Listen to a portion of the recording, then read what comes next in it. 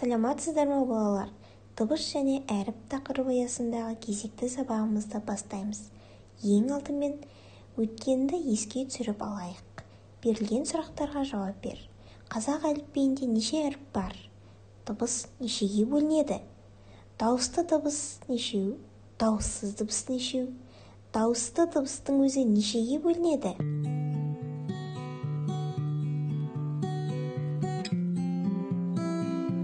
Дұрыс айтасыздар балалар.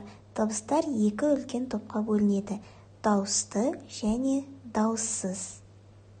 Ал дауысты дыбыстардың өзін екі топқа бөлеміз: жуан дауысты дыбыстар және де жіңішке дауысты дыбыстар. Ал дауыссыз дыбыстарды үнді, ұяң, қатаң деп үш топқа бөлеміз. Осыларды есіңде сақта. Оқулықпен жұмыс.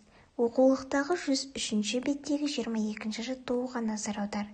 Берілген өлеңді мұқият оқып шық және де сұрақтарға жауап беріп көр.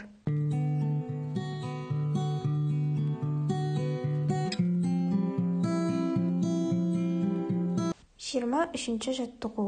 Өлеңнің қатесін түзеп жаз және де майдангер сөзіндегі дауыссыз дыбыстардың түрлерін ажырат.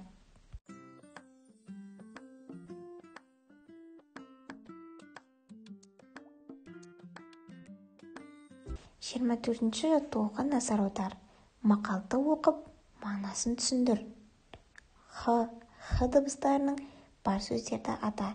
Олардың айтылуы мен жазылуын есіңе түсір.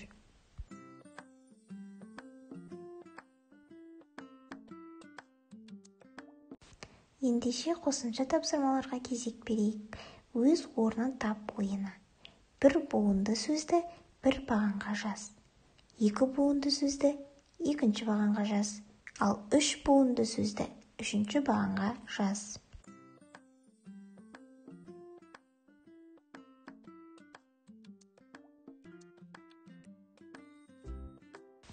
Келесі сөз жұмбақты шешіп көрейік.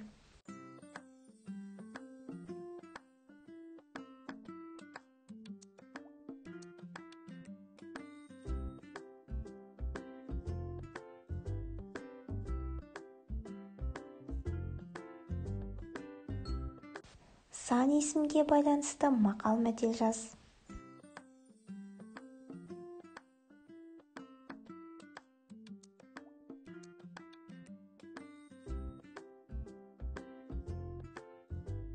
К әрпіне анаграмма жасап көрейік.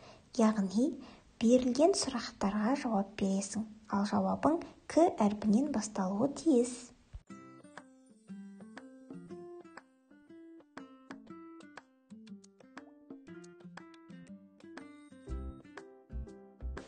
Жақсы балалар, осымен сабағымыз аяқталды.